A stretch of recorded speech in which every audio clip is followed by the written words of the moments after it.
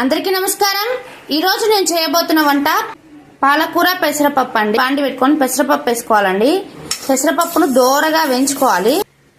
అదే బాండిలో నూనె వేసుకోవాలండి। తాలింపు గింజలు వేసుకోవాలి। తాలింపు దోరగా వేగుతానే ఎర్రగడ్డ ముక్కలు వేసుకోవాలి। అందులోనే కొంచెం పసుపు, రుచికి తగినంత ఉప్పు వేసుకోండి। ఎర్రగడ్డలు కొంచెం మగ్గుతానే ఇప్పుడు నానబెట్టిన పెసరపప్పు వేసుకోవాలండి।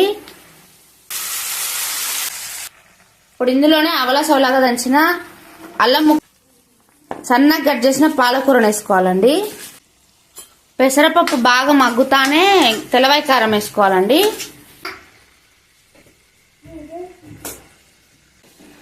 ఒకసారి బాగా కలబెట్టుకొని దించేసుకుంటే ఇది చపాతీలోకి భలే బాగుంటదండి।